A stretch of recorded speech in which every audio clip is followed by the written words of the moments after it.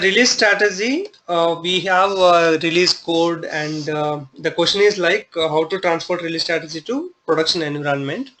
When you see our release procedure, the things which we maintain, for example, let me go to the release procedure configuration. The release group and the release code, the values, the basic release strategy configuration, everything will be transported through transport request, because when you do the configuration in the development system, that will be saved in a transport request, and that will be moved to the next systems like quality and production. But there is a data where you maintain the classification details. That details will not be saved in the transport request. We have to maintain in each system. Let me take any one example which we maintain in the CL20N, for example.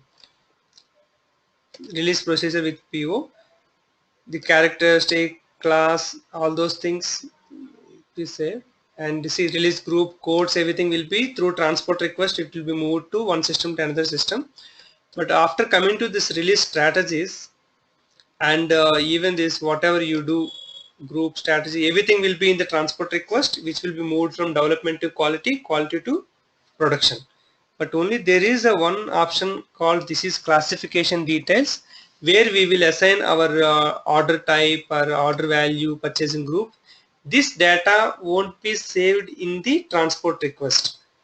That data we maintain with the transaction code /n CL20N.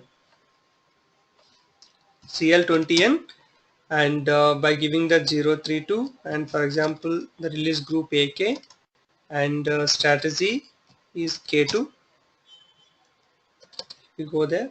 See, this data will be maintained with CL20N in each landscape, development, quality and production.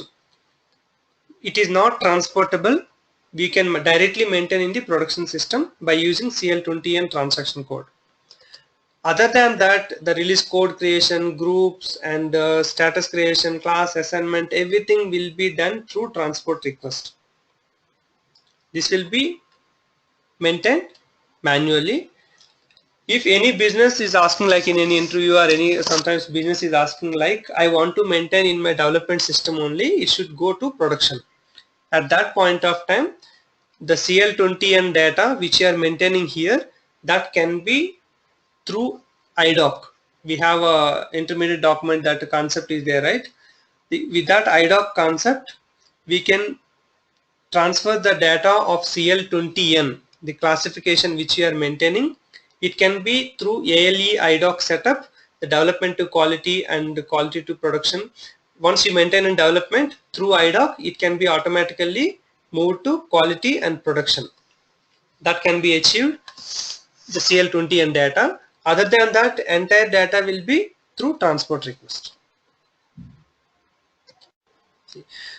The import procurement and the standard procurement. For example, we will take it as a context like you are buying a material from other country and you are buying the material from your own country.